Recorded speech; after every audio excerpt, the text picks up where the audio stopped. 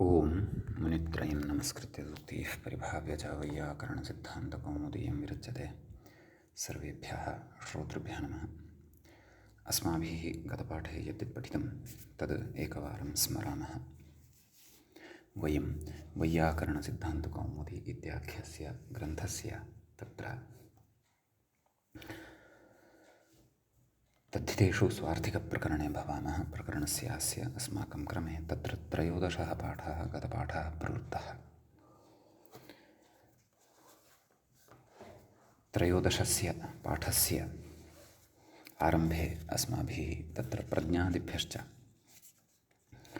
इति सूत्रे व्याख्यायां कश्चन विचारः पठितः। तत्र उक्तं प्रज्ञा अस्याः अस्ति इति विग्रहेतु प्रज्ञाशब्दार्चाभ्यो णः इति णान्ताष्टापि प्राज्ञेति रूपम् इति। नाम तत्र अर्थभेदेन सति तत्र प्रत्ययः भिन्नः अपि भवितुमर्हति। ततः टापि सति प्राज्ञा इति अपि रूपं भवति। प्रकृते तु अणि सति प्राज्ञी इत्येव रूपं भवति। प्रकृते अर्थात् प्रज्ञादिभ्यश्च इत्यत्र। तदनन्तरं तत्र सूत्रम् अस्माभिः पठितं मृदस्तिकन् इति। तत्र मृच्छब्दात् स्वार्थे तिकन् प्रत्ययः भवति इति तस्य अर्थः दृष्टः अस्माभिः। मृदेव मृत्तिका इति। नाम मृदशब्दात् तिकनि सति मृत्तिका इति उदाहरणं साधितं। ततः अग्रे सूत्रं पठितं सस्नौ प्रशंसायाम् इति। मृद् इति शब्दात् स प्रत्ययः स्न इति च प्रत्ययः भवति प्रशंसार्थे गम्यमाने। रूपपः अपवादः एषः इति तत्र मूले एव उक्तम्। अतः प्रशस्ता मृत् मृत्सा इत्यपि भवति, मृत्स्ना इत्यपि भवति। तत्र उक्तम् उत्तरसूत्रे अन्यतरस्यां ग्रहणात् नित्योऽयं नाम अयम् इदं विधानं सप्रत्ययः स्नप्रत्ययश्च नित्यः इति उक्तम्। ततः अग्रे सूत्रम् अस्माभिः पठितं बफल्पार्थात् छस्कारकात् अन्यतरस्याम् इति।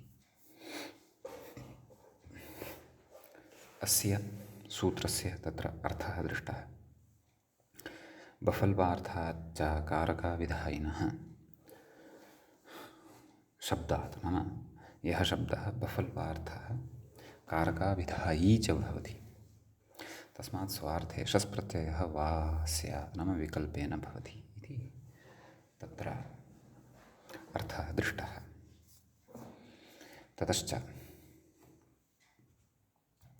तत्र अर्थनिर्णयपरं वार्तिकमपि एकं पठितं। बफल्पार्थात् छस्कार नैव बफल्पार्थान् मङ्गलामङ्गलवचनम् इति पठितं। नाम मङ्गलामङ्गले गम्ये एव एषः शस् इति प्रत्ययः भवति इति। तत्र बहुनि ददाति बहुशः माङ्गल्यं गम्यमानम् अस्ति चेदेव शस् प्रत्ययः। अल्पानि ददाति अल्पशः अमङ्गलता यदि वर्तते तदा एव शस्। विपरीतार्थे तु न भवति। यथा नेह बहुनि ददाति अनिष्टेषु। अत्र माङ्गल्यं नाम मङ्गलप्रसङ्गः नास्ति। अल्पं ददाति आभ्युदयिकेषु। अत्र अनिष्टप्रसङ्गः नास्ति। अतः प्रकृते प्रत्ययोऽपि न भवति इति। शस्प्रत्ययः अपि न भवति। वाक्यत्वेन एव अत्र वक्तव्यं भवति इति भावः इति तत्र पठितं। ततः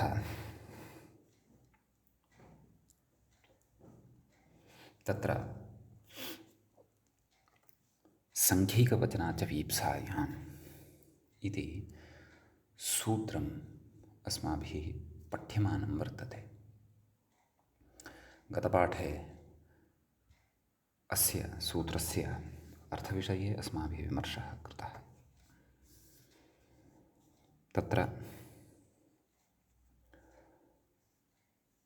संख्यावाचकात् तदन्य तदन्यस्मात् च एकत्वविशिष्टवाचकात् कारकाविधायिनः प्रातिपदिकात् वीप्सायां षस्वा स्यात् इति सूत्रस्य अर्थः दृष्टः।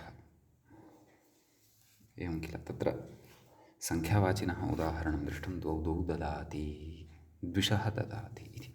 नित्यवीप्सयोः इत्यनेन तत्र द्विवचनं दृष्टम्।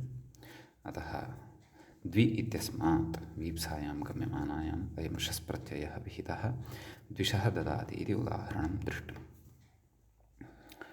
तदनन्तरम् एकत्वविशिष्टवाचकात् शब्दात् अपि षसः उदाहरणम् अस्माभिः दृष्टं।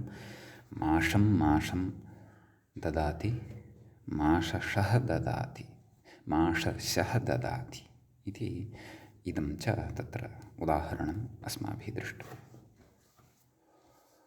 समीचीनम्। तत्र द्वितीयमपि उदाहरणं दृष्टं, प्रस्थशः ददाति इति।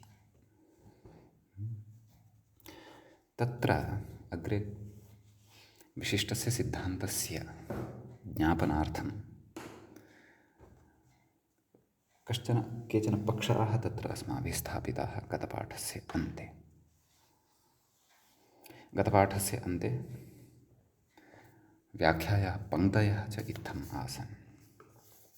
तत्र उक्तं, ननु घटं घटं ददाति इत्यत्रापि घटशः इति स्यात्, अर्थात् घटशः ददाति इति प्रयोगः स्यात्। कुतः तत्र उक्तं, घटशब्दस्य अपि एकत्वविशिष्टार्थवाचकत्वात्। घटशब्दः यः वर्तते तस्यापि एकत्वविशिष्टार्थवाचकत्वं भवत्येव खलु। ततः उक्तं, न च एकत्वविशिष्टस्य एव अर्थस्य वाचकः एकवचनशब्देन विवक्षितः। एवं खलु, नाम अत्र एवं न वक्तव्यं, नाम एकत्वविशिष्टस्य एव अर्थस्य वाचकः एकवचनेन विवक्षितः। घटशब्दस्तु नैवं, नाम घटशब्दः तु एवं नास्ति। कुतः नाम तत्र एकत्वविशिष्टस्य एव अर्थस्य वाचकः घटशब्दः भवति यदि, अथवा तथा स्यात् यदि, तर्हि घटौ घटाः इत्यादीनि अपि रूपाणि तत्र स्युः। घटौ घटाः इत्यादौ द्वित्वबहुत्वविशिष्टवाचकत्वात् इति वाच्यम्। एवं न वक्तव्यं। न च इत्यत्र अन्वयः वर्तते, न च वाच्यं, न च एवं वाच्यं। सम्यक् इति कश्चन पक्षः तत्र उत्थापितः अभूत् गतपाठे, यश्च अस्माभिः अत्र पुनः स्मृतः। एवञ्च एतावान् विषयः अस्माभिः तद्धितेषु स्वार्थिकप्रकरणस्य 13 पाठे पठितः।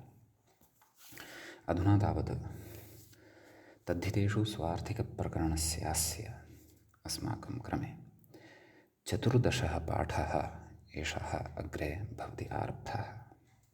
14 अस्मिन् पाठे सङ्ख्यिकवचनाच्च वीप्सायाम् इत्यत्र एव घटशः ददाति इति प्रयोगः कुतः न भवति, माषशः ददाति, प्रस्थशः ददाति इत्यादयः प्रयोगाः एव तत्र भवन्ति इत्येतस्मिन् विषये अस्माभिः इदानीम् अग्रे चर्चा कर्तव्या वर्तते। तत्र उच्यते, एवं सति माषशः प्रस्थशः इत्यत्रापि शसभावप्रसङ्गात् इत्यतः आहा, नाम यदि भवान् एवं कथयति किम्, नाम प्रकृतसूत्रे एकत्वविशिष्टस्य एव अर्थस्य वाचकः एकवचनशब्देन विवक्षितः। एवं खलु, घटशब्दस्तु तथा न भवति, तत्र घटौ घटाः इत्यादयः अपि भवन्ति, तत्र विशिष्टवाचकत्वमपि भवति। अतः तत्रापि घटं घटं ददाति इत्यत्रापि घटशः ददाति इति प्रयोगः भवितुम् अर्हत्येव खलु। घटशब्दः यः वर्तते तस्यापि एकत्वविशिष्टार्थवाचकत्वम् अस्त्येव खलु। अस्तु, द्वित्वमपि स्यात्, बहुत्वमपि स्यात्, परन्तु एकत्वमपि अस्ति एव खलु। एकत्वविशिष्टार्थवाचकत्वम् अपि भवत्येव। द्वित्वं न भवति, बहुत्वं न भवति इति न कथयामः, परन्तु एकत्वविशिष्टार्थवाचकत्वं तु भवत्येव खलु, नाम एकवचने अपि प्रयुज्यते एव घटशब्दः, एवं खलु।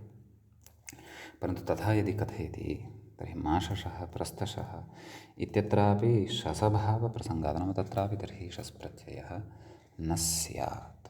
कुतः न स्यात् कथयति इत्यतः किं नाम तत्र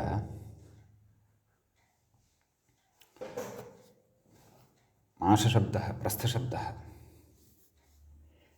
एवं खलु, एतेषाम् अपि तत्र एकत्वविशिष्टवाचकत्वं न तिष्ठेत्। एतेषामपि द्वित्वविशिष्टवाचकत्वं बहुत्वविशिष्टवाचकत्वं च स्यात्। यस्मात् एकत्वविशिष्टवाचकत्वाभावात् प्रकृते अपि प्रत्ययोत्पत्तिः न स्यात्। तत्र मूले उक्तं किं, परिमाणशब्दावृत्तौ एकार्थः एवेति। मूले पश्यन्तु, परिमाणशब्दाः एवं खलु, अर्थात् परिमाणवाचकाः ये शब्दाः वर्तन्ते ते, यथा माशः प्रस्थः द्रोणः इत्यादयः शब्दाः परिमाणविशेषवाचकाः भवन्ति खलु। परिमाणशब्दाः वृत्तौ एकार्थाः एव, नाम वृत्तौ यदा परिमाणशब्दानां प्रयोगः क्रियते तदा ते एकार्थाः एव भवन्ति इति कश्चन सिद्धान्तः उच्यते। वृत्तिः च का तद्वयं जानीमः, व्याकरणशास्त्रदृष्ट्या वृत्तिर्नाम का। अतः तस्यां वृत्तौ यदा एते परिमाणवाचकाः शब्दाः प्रयुज्यन्ते तदा एते एकार्थाः एव भवन्ति इति, एवं किल। आशयं बोधयति, नाम कः आशयः, कथं माशं ददाति माशशः, प्रस्थं ददाति प्रस्थशः इत्येव। कथं घटं ददाति घटशः इति न, तस्य समाधानम् अत्र वर्तते। परिमाणशब्दाः वृत्तौ एकार्थाः एव कथयति, आशयं कथयति अत्र, नाम समासादिवृत्तौ एकत्वविशिष्टस्य एव अर्थस्य वाचकाः एकवचनशब्देन विवक्षिताः इति। समासादयः वृत्तयः वर्तन्ते किल, कृत्तद्धितसमासैकशेष सनाद्यन्तादधातुरूपवृत्तयः, एवं किल। तर्हि समासादिवृत्तौ एकत्वविशिष्टस्य एव अर्थस्य, एकत्वसहितस्य यः अर्थः वर्तते, वाचकाः के परिमाणशब्दाः एकवचनशब्देन विवक्षिताः, नाम एकवचनशब्देन अत्र विवक्षिताः वर्तन्ते। क्व सूत्रे संख्या एकवचनात् च वीप्सायाम् इति। समीचीनम्। अग्रे उच्यते, तथाविधाश्च परिमाणशब्दाः एव न तु घटादिजातिशब्दाः अपि। प्रस्थः द्रोणः तत्र माशः ते परिमाणशब्दाः एव, परन्तु घटादयः शब्दास्तु जातिवाचकाः शब्दाः वर्तन्ते। यद्यपि कश्चन घटे धान्यं संस्थाप्य कस्यचित् कृते तथा धान्यस्य दानं कृत्वा वक्तुं शक्नोति, मया भवतः कृते घटपरिमितं धान्यं दत्तं वा न वा। परन्तु प्रसिद्धः व्यवहारः नास्ति सः लोके, एवं खलु। यथा तत्र आपणेषु अद्यत्वे तु इलेक्ट्रिक् यन्त्राणि वर्तन्ते, विद्युच्चालितानि यन्त्राणि वर्तन्ते, ते गणनां प्रदर्शयन्ति पुरतः, तस्य उपरि वस्तु स्थापनीयं, गणनां प्रदर्शयन्ति।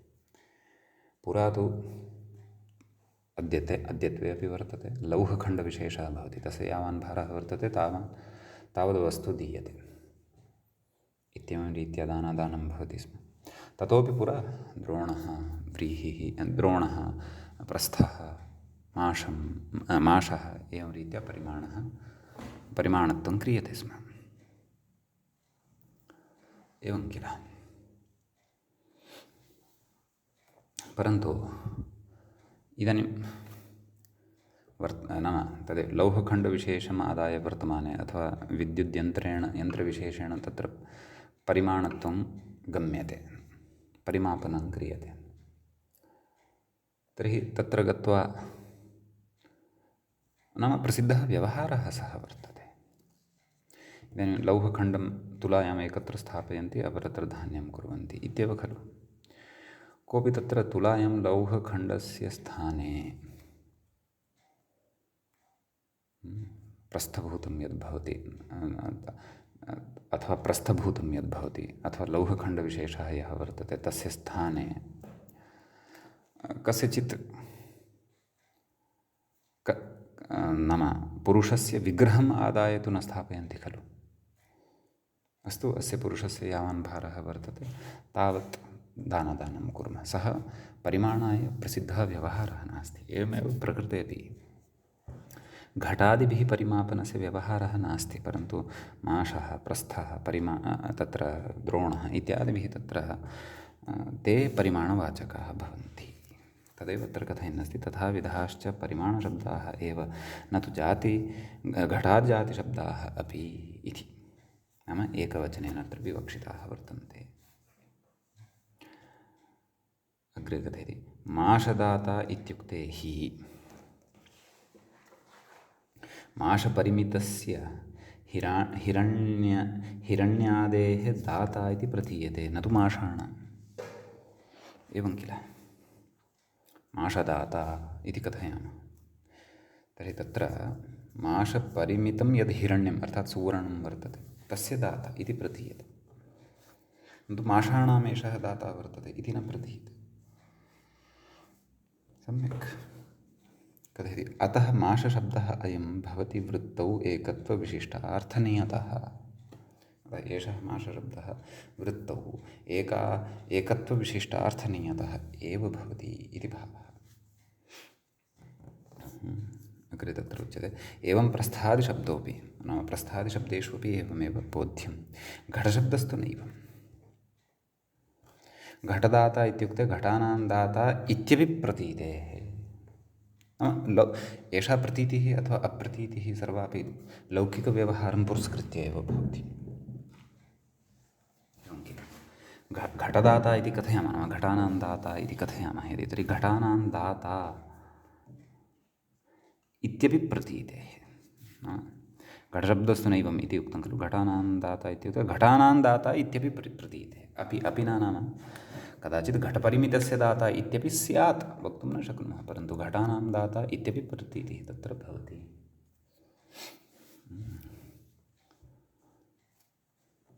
कथयति, एतदेव अभिप्रेत्य प्रत्युदाहरति घटं घटम् इति।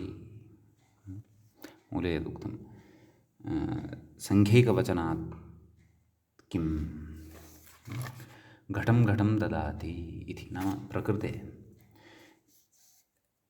तत्र नाम परिमाणशब्दाः एव वृत्तौ एकार्थाः भवन्ति, अथवा परिमाणशब्दाः वृत्तौ एकार्थाः एव भवन्ति, जातिशब्दास्तु तथा न। अतः जातिशब्दास्तु वृत्तौ अपि द्वित्वार्थकाः वा बहुत्वार्थकाः वा अथवा द्व्यर्थाः वा बह्वर्थाः वा भवितुम् अर्हन्ति। नाम तत्र द्वित्व बहुत्वम् अपि तत्र विवक्षानुसारं भवत्येव इति कृत्वा तत्र जातिशब्दत्वेन, घटशब्दः जातिशब्दः इति कृत्वेन जातिशब्दत्वेन तत्र शस्प्रत्ययः अयं न भवति, न च भवतु एतदर्थं तत्र सङ्ख्यैकवचनाच्च इत्युक्तम्। एवं खलु, नाम प्रत्युदाहरति घटं घटं ददाति, तर्हि अत्र घटशः ददाति इति वक्तुं न शक्यते। आम्, यदि तु एकवचनात् इत्यस्य ग्रहणं न क्रियेत तर्हि तु अत्रापि घटं घटं ददाति, घटशः ददाति इति प्रयोगः स्यात्, यस्तु अनिष्टः नापेक्षितः। एवं खलु।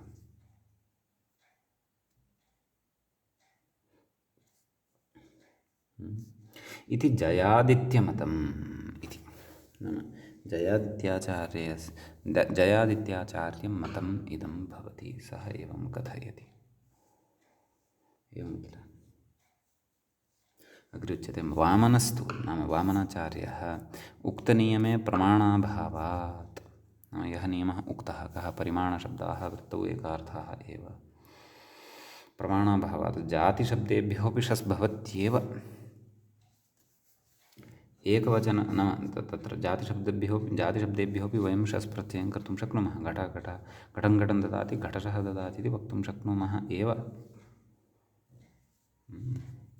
एकवचनग्रहणं तु नाम प्रकृते एकवचनस्य यद् ग्रहणं कृतं वर्तते तत्तु घटौ घटौ ददाति इत्यादौ शसभावार्थम् इति। घटौ घटौ ददाति इत्यत्र शस् न स्यात्। तदर्थं नाम एकत्वं यदि विवक्षितं घटं घटं ददाति तदा भवितुम् अर्हति, परन्तु घटौ घटौ ददाति इति द्वित्वं वा घटान् घटान् ददाति इति बहुत्वं वा यदि वर्तते तदा तत्र शस् न भवेत्। तदर्थं तत्र एकवचनग्रहणं सूत्रे कृतं वर्तते इति वामनाचार्यः कथयति। अग्रे कथयति एकैकशः पितृसंयुक्तान् इत्यत्र तु नाम कश्चन प्रयोगः वर्तते। कः प्रयोगः? एकैकशः पितृसंयुक्तान् इत्यत्र तु शसा एव वीप्सायाः उक्तत्वात्। शस् प्रत्ययः वीप्सां कथयति। द्विर्वचनम् आर्षम् इति हरदत्तः, नाम शसा एव वीप्सा उक्ता भवति खलु। तर्हि एकैकशः संयुक्तान् इति प्रयोगे एकैकशः पितृसंयुक्तान् इत्यत्र प्रयोगे एकैकशः इत्यत्र एकशः इत्येव वक्तव्यं। कुतः एकशब्दस्य द्वित्वत्वेन प्रयोगः क्रियते इति तत्र उच्यते द्विवचनम् आर्षम् इति हरदत्तः, नाम हरदत्ताचार्यः तत्र कथयति। प्रकृते एकैकशः इत्यत्र एकशब्दस्य द्वितीयः प्रयोगः श्रूयमाणः वर्तते।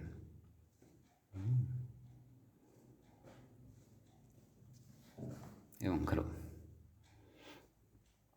तस्य तु आर्षत्वात् साधुत्वं मन्तव्यम् इति हरदत्ताचार्यः कथयति। अग्रे कथयति प्रत्याहाराह्निकभाष्ये एकैकशः सहस्रकृत्वः इति भाष्यप्रयोगात् स्वार्थिकशसा समाधेयम् इत्यन्ये। एवं खलु। नाम भाष्येऽपि प्रयोगः दृश्यते पस्पशाह्निके नैव प्रत्याहाराह्निके किम् एकैकशः सहस्रकृत्वः इति भाष्यप्रयोगात् स्वार्थिकशसा नाम तत्र द्वित्वात् स्वार्थिकशसि सति कृतद्वित्वस्य स्वार्थिकशस् अयं न तु वीप्सार्थकः। अथवा वीप्सार्थकः वीप्सा या वर्तते तस्याः वीप्सायाः स्वस्य अर्थे एव अयं शस्, परन्तु द्वित्वमपि तत्र भाष्यप्रयोगसामर्थ्यात् सङ्गमनीयम् इति अन्ये इति नाम समाधेयं शसा समाधेयम् इति अन्ये केचन आचार्याः तत्र कथयन्ति इति भावः।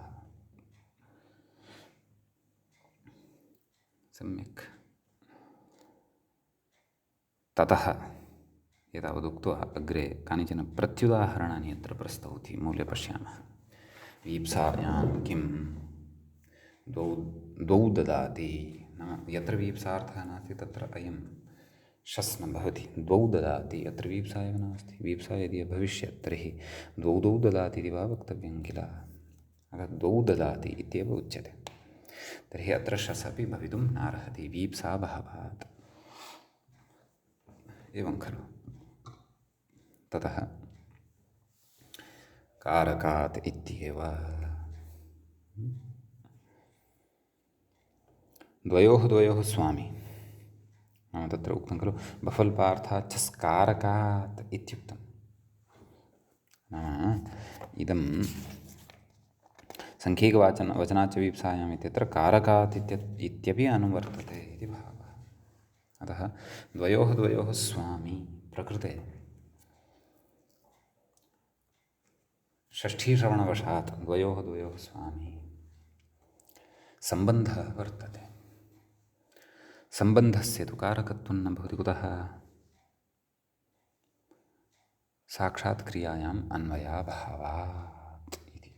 अतः द्वयोः स्वामी इत्यत्र द्वि इति शब्दात् शस् प्रत्ययः भवितुं नार्हति, अन्यथा द्विषस्वामी इति अनिष्टः प्रयोगः भवति स्म। एवं खलु। स्वामिनः कर्तृत्वं स्यात्, कारकत्वं स्यात् कदाचित्, यतोहि सः कर्तृत्वं भजते। एवं किल। परन्तु द्वयोः इत्यत्र षष्ठी वर्तते। अनयोः तु यत्किमपि कारकत्वं नास्ति, कर्म नास्ति, अत्र अधिकरणं नास्ति, यत्किमपि नास्ति। प्रकृते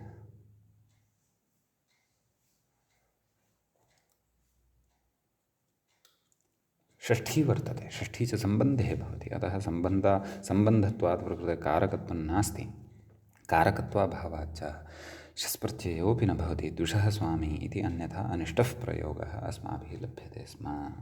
यस्मात् तु वयं रक्षिताः भवामः, यतोहि कारकात् इत्यस्यापि अत्र अनुवर्तनं भवति इति हेतोः।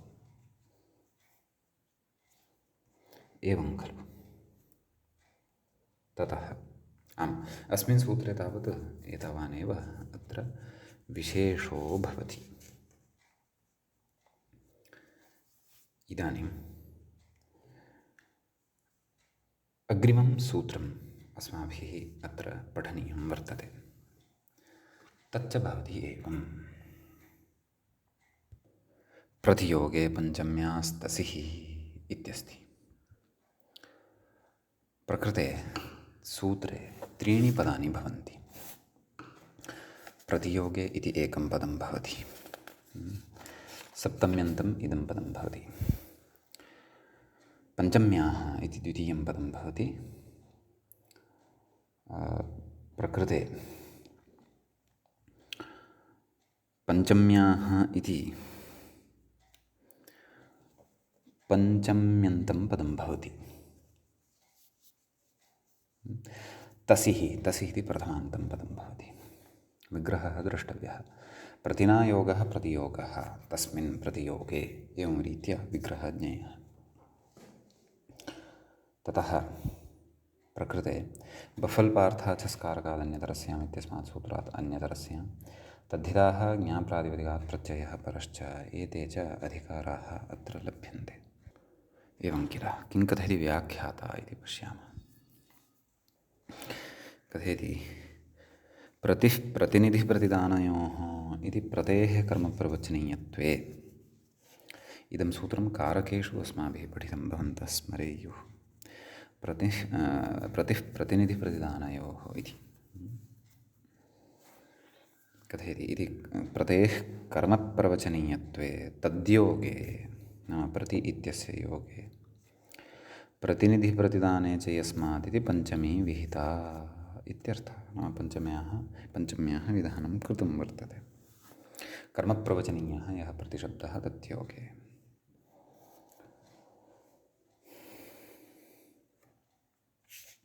तत्र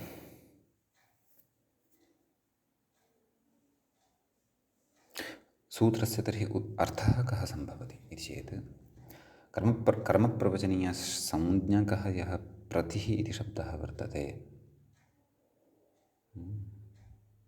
तत्प्रतिशब्दयोगे या पञ्चमी विभक्तिः भवति, तदन्तात् नाम तादृशपञ्चम्यन्तात् शब्दात् विकल्पेन तसि प्रत्ययो भवति इति भावः। उदाह्रियते। प्रद्युम्नः कृष्णतः प्रथी इति।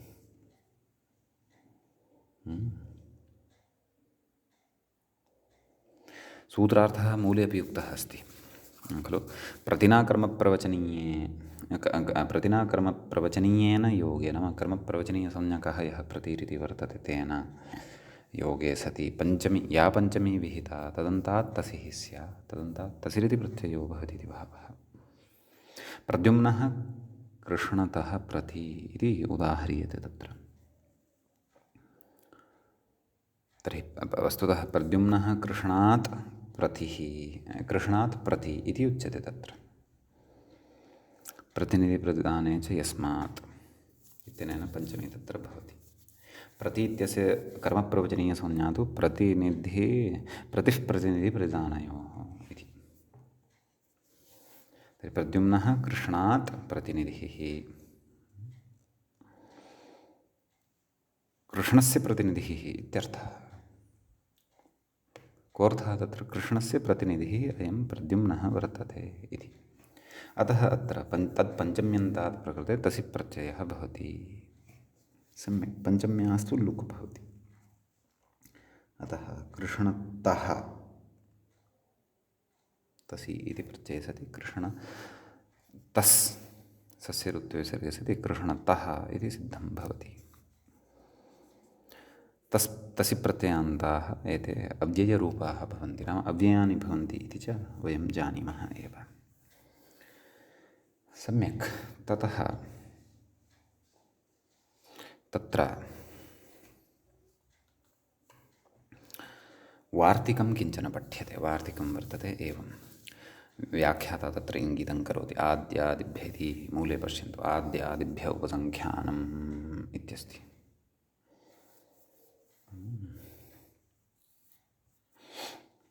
तत्र आद्यादिभ्यः, आद्य आदौ आदिः आदौ येषां ते आद्यादयः, तेभ्यः आद्यादिभ्यः। आदिः येषां, आदिशब्दः आदिः वर्तते येषाम्, एवं खलु। ते आद्यादयः, तेभ्यः आद्यादिभ्यः उपसङ्ख्यानं नाम वचनं कर्तव्यम् इति। कोऽर्थः? आद्यादिगणे पठिताः सन्ति ये शब्दाः तेभ्यः शब्देभ्यः, तत्र स्वार्थे तसि प्रत्ययः भवति। व्याख्याता कथयति अयं सार्वविभक्तिकस्तसिः इति। पञ्चम्यन्तादेव अयं तसिः भवति इति नास्ति। यस्याः कस्याः अपि विभक्तेः अथवा यत्किमपि विभक्त्यन्तात् इदं तसि प्रत्ययः तत्र भवितुम् अर्हति इति।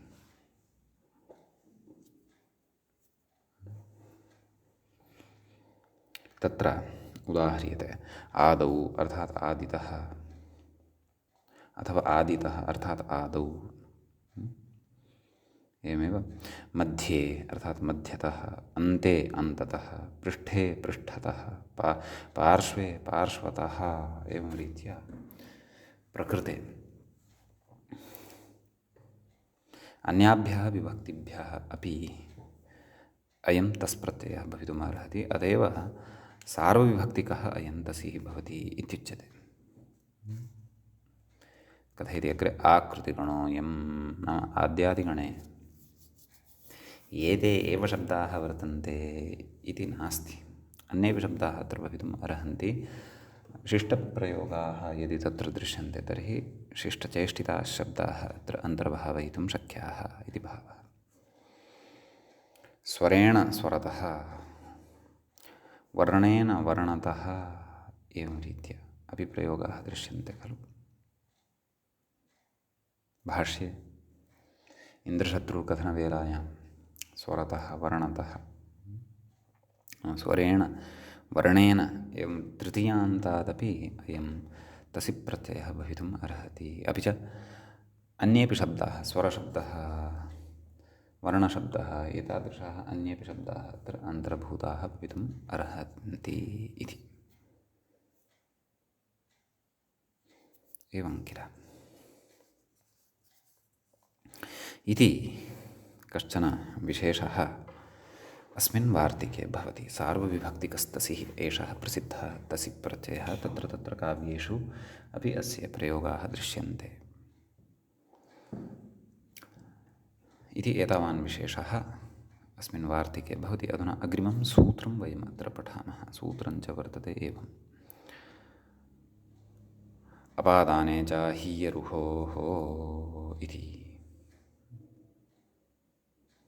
प्रकृते सूत्रे त्रीणि पदानि वर्तन्ते। अपादाने इति प्रथमं पदं वर्तते। पञ्चमी विभक्तेः एकवचनान्तं भवति। च इति अव्ययपदं भवति। अहीयरुहोः इति अग्रे पठ्यते। तृतीयं पदं यद्वर्तते तत् अहीयरुहोः। हीयश्च रुह च, हीयरुहौ तयोः हीयरुहोः इति षष्ठीविभक्तेः द्विवचनम् अत्र भवति। प्रतियोगे पञ्चम्यास्तसिः इत्यस्मात् सूत्रात् पञ्चम्याः तसि इति पदद्वयम् अनुवर्तते। बफल्पार्थात् छस्कारकात् अन्यतरस्याम् इत्यस्मात् सूत्रात् अन्यतरस्याम् इत्यनुवर्तते। तद्धिताः ज्ञाप्रातिपदिकात् प्रत्ययः परश्च इत्येते च अधिकाराः अत्र लभ्यन्ते। समीचीनम्। सूत्रार्थः ज्ञेयः। तत्र मूले पश्यन्तु, अपादाने या पञ्चमी तदन्तात् तसिः स्यात्, परन्तु अत्र अहिरुहोः इत्यपि वक्तव्यम्। एवं खलु? नाम अपादानमिति कारकं भवति, वयं जानीमः, अष्टाध्याय्यां प्रथमं कारकम्। अपादानकारके या पञ्चमी विभक्तिः भवति तादृशपञ्चम्यन्तात् विकल्पेन तसि प्रत्ययो भवति। एवं खलु? यदि तदपादानम् अथवा तद् अपादानकारकं हीयशब्दसम्बद्धः रुहशब्दसम्बद्धः च न स्यात्। हीयशब्देन सम्बन्धितः अथवा रुहशब्देन सम्बन्धितो वा न स्यात्, तदैव इति तत्र उच्यते। सम्यक् कथयति, व्याख्याता कथयति। अहीयरुहोः इति छेदः, नाम एवं रीत्या अत्र पदच्छेदः ज्ञेयः, स च कृत एव अस्माभिः। कथयति, हीयते इत्यादौ कर्मणि लकारे यगन्तस्य एकदेशस्य हीय इति अनुकरणम्। एवं खलु? हा धातुः अत्र भवति, ओहात्यागे। अतः तस्य कर्मणि प्रयोगः यः भवति, वस्तुतः ओहाक् इत्यस्य कर्त्रादिषु कः प्रयोगः, नाम लटि कः प्रयोगः, जहाति, एवं खलु? परन्तु कर्मणि तु हीयते इति प्रयोगः भवति। रुह इत्यनेन च तत्र हीयते इति कर्मणि हीय इति श्रूयते, सः अत्र विवक्षितः इति भावः। एवं खलु? रुह इत्यनेन तदेव रुह बीजजन्मनि इति यः धातुः भवति सः च धातुः अत्र विवक्षितः भवति।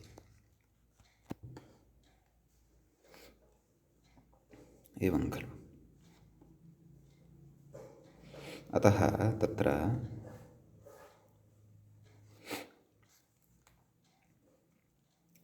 तदेव कथयन्नस्ति, अहीयरुहोः इति छेदः हीयते इत्यादौ कर्मणि लकारे यगन्तस्य एकदेशस्य हीय इति अनुकरणं, नाम यथा क्रियते, म्रियते, ध्रियते, तद्वत् हा हीयते, तत्र यगन्तः भवति हीय एतावान् भागः, तस्य अनुकरणं विधाय अत्र प्रयोगः कृतः वर्तते।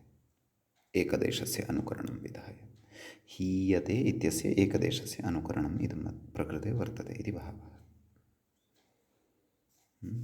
कथयति, सूत्रार्थं कथयन्नस्ति, हीयरुहोः सम्बन्धी यत् न भवति, नाम सूत्रार्थस्य पूर्तिं कुर्वन्नस्ति। हीय अपि च रुह एतत् सम्बन्धि यत् न भवति, किम् अपादानं, तस्मिन् अपादाने इत्यर्थः इति। तस्मिन् अपादाने यत् पञ्चमी तत्पञ्चम्यन्तात् तत्र तसि प्रत्ययो भवति इति भावः, इति सूत्रस्य अर्थः भवति। सम्यक्। ततः प्रकृते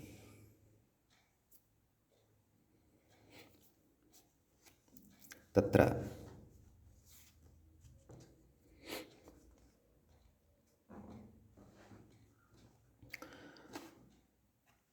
उदाहरणं द्रष्टव्यम्। ग्रामादागच्छति ग्रामतः आगच्छति इति अस्माभिः सामान्ये व्यवहारे असकृत् अयम् एतादृशतसि प्रत्ययान्तः प्रयोगः व्यवह्रियते। असकृत् अर्थात् वारं वारम् एवं किल। अतः ग्रामादागच्छति तत्र ग्रामात् इति पञ्चम्यन्तम् अपादाने च तत्र पञ्चमी वर्तते। अतः तदन्तात् तसि प्रत्यये ग्रामतः पञ्चम्यास्तु लुक् भवति। ग्रामतः इति प्रयोगः अस्माभिः कर्तुं शक्यः। एवमेव नगरादागच्छति नगरतः आगच्छति, प्रदेशादागच्छति प्रदेशतः आगच्छति, पाठशालायाः आगच्छति पाठशालातः आगच्छति इत्यादयः प्रयोगाः तत्र कर्तुं शक्यन्ते। समीचीनं। ततः प्रत्युदाह्रियते अथवा दलप्रयोजनं कथ्यते। नाम अहीयरुहोः इति कुतः उक्तम् कथयति। अहीयरुहोः किं स्वर्गाद्धीयते इति।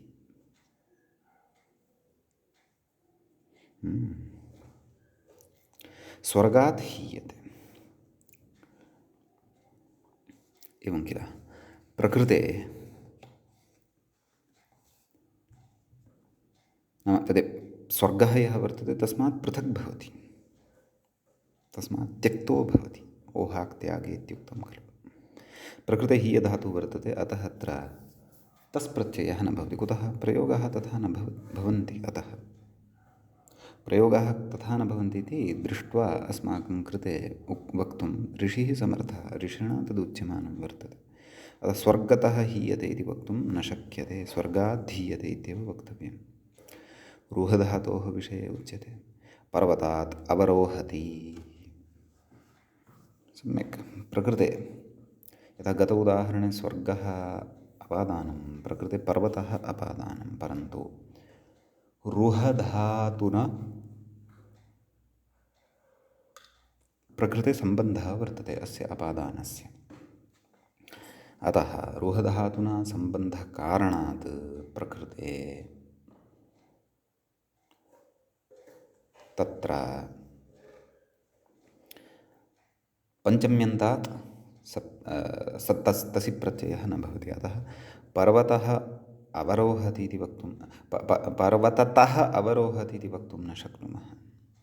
पर्वतात् अवरोहति इत्येव वक्तव्यम्। अतः निश्चयेन तत्र तसि प्रत्ययस्य प्रयोगे सति अहीयरुहोः इति प्रतिषेधः अस्माभिः बुद्धौ स्थापनीयः एव। परन्तु अपादाने तत्र पञ्चमी स्यात् इति अपि तत्र स्मर्तव्यम्। सम्यक्। ततः अस्मिन् सूत्रे तावत् एतावानेव अत्र विशेषो भवति। इदानीं वयम् अग्रिमं सूत्रं पठामः। अग्रिमं च सूत्रं भवति एवम्। अतिग्रहव्यथनक्षेपेष्वकर्तरि तृतीयायाः इति।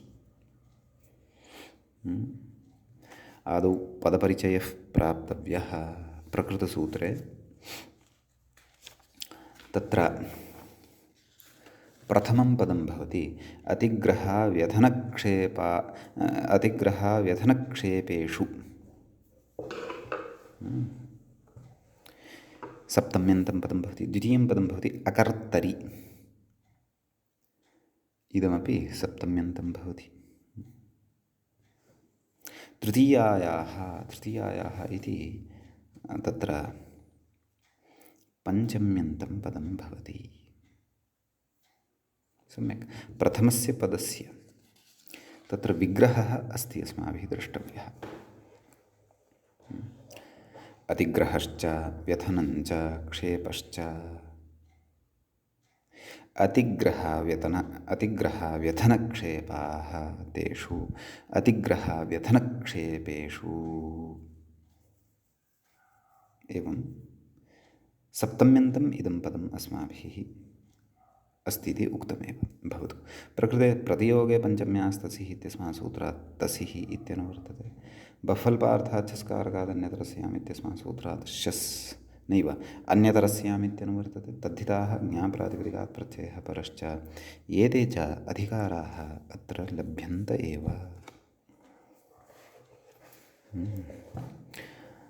तत्र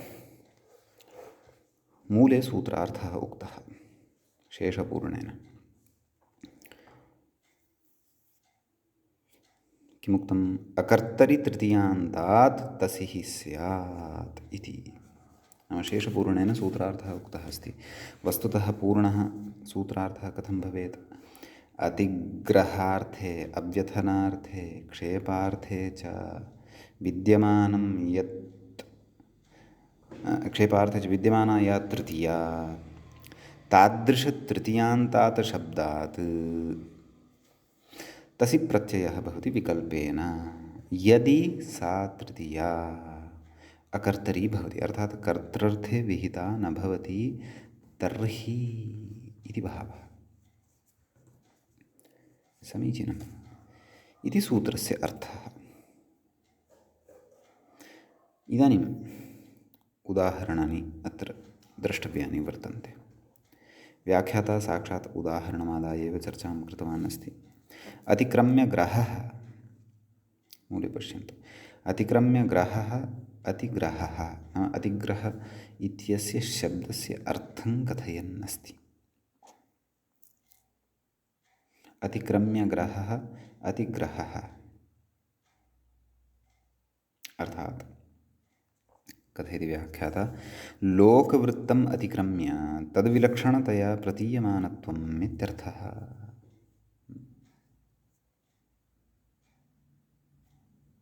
नाम अन्ये ये वर्तन्ते लोके अथवा लोकः यः वर्तते,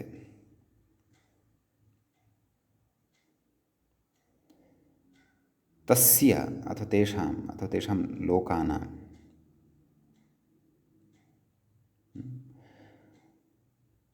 कश्चन तत्र प्रभावोत्पादनं लोके स्वस्य चरित्रादिमाध्यमेन प्रभावम् उत्पाद्य तत्र स्वकीयस्य परिचयस्य उपस्थापनम् अथवा लोके स्वस्याः ख्यातेः सम्प्राप्तिः, तदेव कथयति। लोकवृत्तम् अतिक्रम्य, लोकवृत्तं यद् वर्तते तस्य अतिक्रमणं कृत्वा केन? चरित्रादिना। नाम लोके तत्सर्वम् अस्ति, परन्तु ततः अपि किञ्चित् विलक्षणम् उत्कृष्टं कृत्वा तद्विलक्षणतया प्रतीयमानत्वम्, अतः सः चारित्र्यादिवशात् तस्य वैलक्षण्यं तत्र प्रतीयमानं यदि भवति, तादृशवैलक्षण्योपेतत्वं तत्र अतिग्रहत्वम् इत्युच्यते। तदेव मूले उक्तं किम्? अतिक्रम्यग्रहः अतिग्रहः नाम अतिग्रहशब्दस्य अर्थः उक्तः। अग्रे उक्तं चारित्रेण अतिगृह्यते।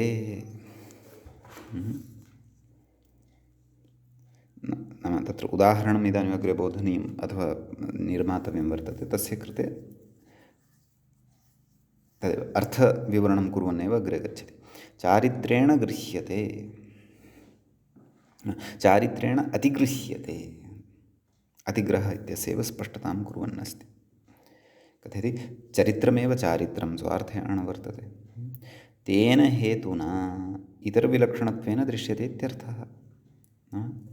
चारित्र्यमस्य वर्तते अथवा चारित्रम् अस्य वर्तते, तेन हेतुना नाम चरित्ररूपं यत् कारणं वर्तते तेन कारणेन इतरविलक्षणत्वेन दृश्यते। अयं जनः अथवा अमुकः इतरविलक्षणत्वेन दृश्यते, नाम इतरेषामपेक्षया अस्य विलक्षणता वर्तते, वैलक्षण्यं वर्तते, औत्कृष्ट्यम् अस्मिन् वर्तते, चारित्र्यं वर्तते, अतिग्रहः अत्र वर्तते अथवा अस्मिन् वर्तते।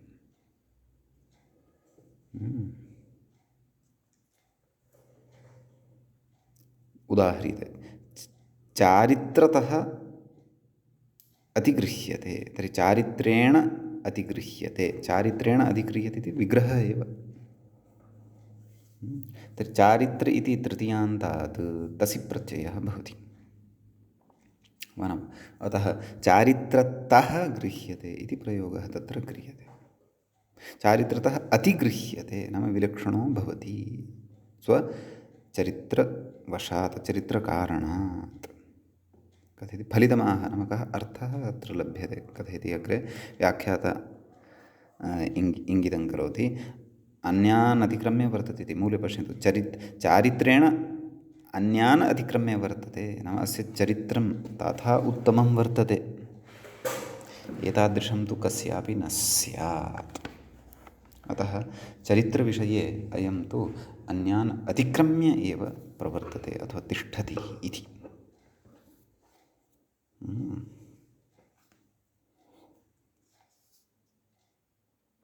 इति उदाहरणस्य अर्थः अत्र भवति इति भावः।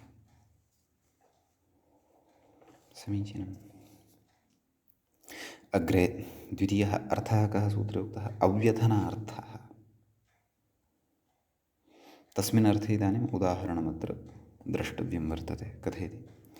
व्यथनभयसञ्चलनयोः, क्षन्तव्यः, व्यथभयसञ्चलनयोः इति चलनार्थात् ल्युटि व्यथनशब्दः। नाम व्यथधातुः भवति, भयार्थे भवति, सञ्चलनार्थे अपि भवति। अतः तादृशात् अस्मात् धातोः ल्युट् भवति, व्यथनशब्दः सिद्ध्यति।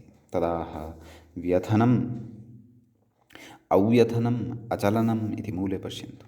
अव्यथनम् अचलनं नाम अचलनम् अव्यथनम् इत्युच्यते, अथवा अव्यथनम् अचलनम् इत्युच्यते। नाम अव्यथनम् इत्यस्य अर्थः अयम्, अचलनम्। अग्रे उच्यते वृत्तेन न व्यथ्यते, वृत्तेन न व्यथते, वृत्ततः न व्यथते इति।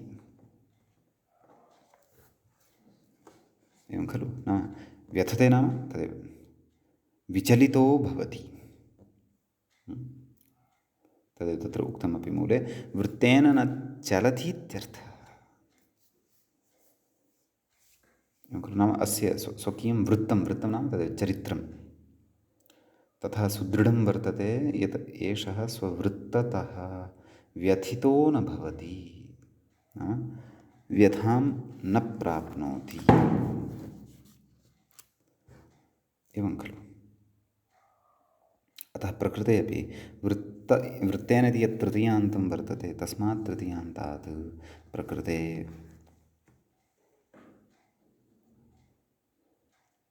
तस्य प्रत्ययः भवति। अतः वृत्ततः न व्यथते इति प्रयोगः तत्र सिद्ध्यति। वृत्तेन न चलति नाम विचलितो न भवति इति भावः तत्र उदाहरणस्य अवगन्तव्यः। तृतीयः अर्थः कः?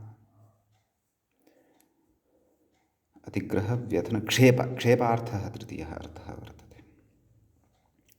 व्याख्याता इङ्गितं करोति क्षेप इति मूले उक्तं खलु, क्षेपे उदाह्रियते इति शेषः, नाम तत्र योजनीयं मूले, नाम क्षेपे उदाह्रियते, क्षेपे इति कृत्वा तत्र किञ्चित् चिह्नमिव स्थापितं वर्तते अग्रे। क्षेपे अपि उदाहरणं प्रस्तुमः इति भावः। कथयति? क्षेपो निन्दा, क्षेपः अर्थात् निन्दा। एवं खलु? अग्रे कथयति एवं मूले उदाहृतं वर्तते वृत्तेन क्षिप्तः, वृत्ततः क्षिप्तः। एवं खलु?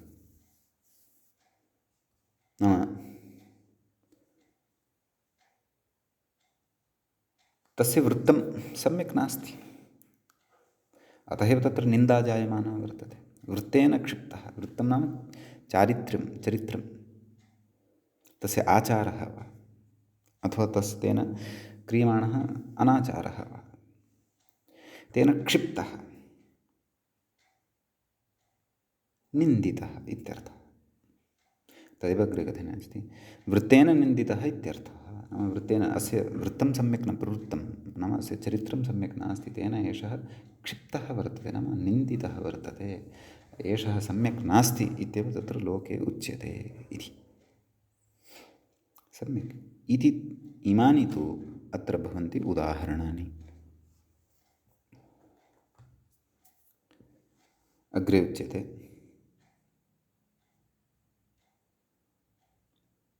प्रत्युदाहरणमस्ति, तत्र दलप्रयोजनं वर्तते। सम्यक्। अस्माभिः या कापि तृतीया एतावता प्रकृते पठिता सा तृतीया कर्तृतृतीया नास्ति इति तत्र अवधानं कर्तव्यम्।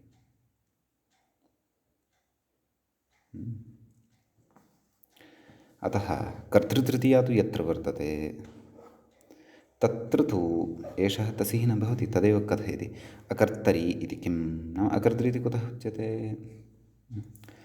देवदत्तेन क्षिप्तः इति। अत्र क्षेपणक्रियायां कर्ता भवति देवदत्तः।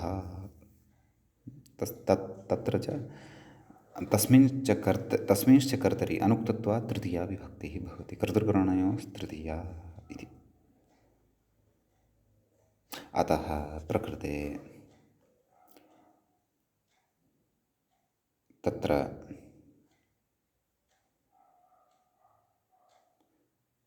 तसि प्रत्ययः न भवति। देवदत्तः क्षिप्तः इति न भवति।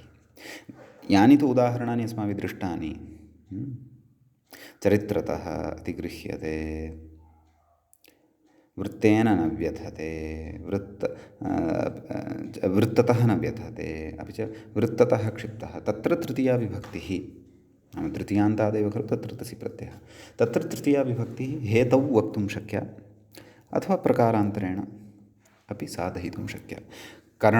करणे तृतीया वा हेतौ वा तृतीया तत्र वक्तव्या। कर्तरि तु तृतीया कथञ्चित् तत्र न भवति। सम्यक्।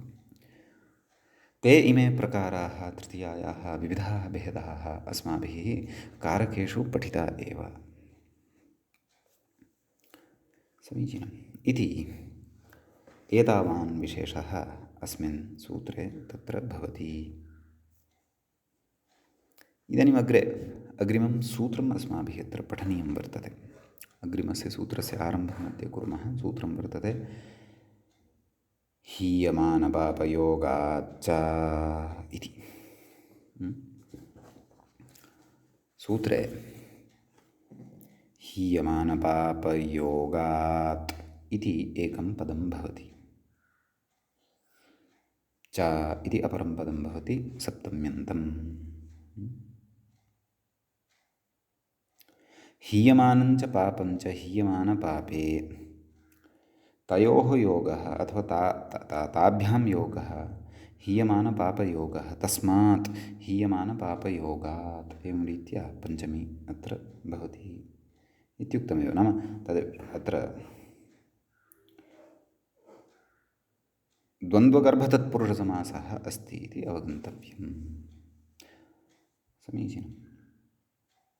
प्रकृते अतिग्रहव्यथनक्षेपेष्वकर्तृतृतीयायाः इत्यस्मात् सूत्रात् अकर्तृतृतीयायाः इत्यनुवर्तते। ततः प्रतियोगे पञ्चम्यास्तसिः इत्यस्मात् सूत्रात् तसिः इत्यनुवर्तते। बफल्वार्थात् छस्कारकादन्यतरस्याम् इत्यस्मात् सूत्रात् अन्यतरस्याम् इत्यनुवर्तते। तद्धिताः ज्ञाप्रातिपदिकात् प्रत्ययः परश्च इत्येते च अधिकाराः अत्र लभ्यन्ते। सम्यक्।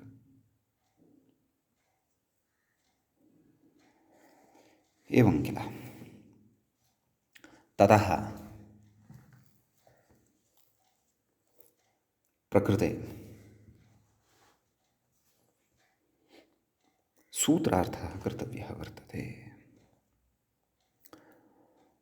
सूत्रार्थकरणाय अथवा सूत्रार्थकरणात् पूर्वं व्याख्याता किमपि कथयन्नस्ति वा इति द्रष्टव्यं। हीयमानेति हीयमानयुक्तात् पापयुक्तात् चेत्यर्थः।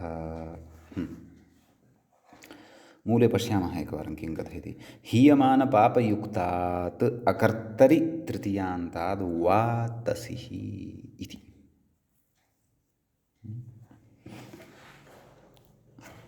एवं खलु।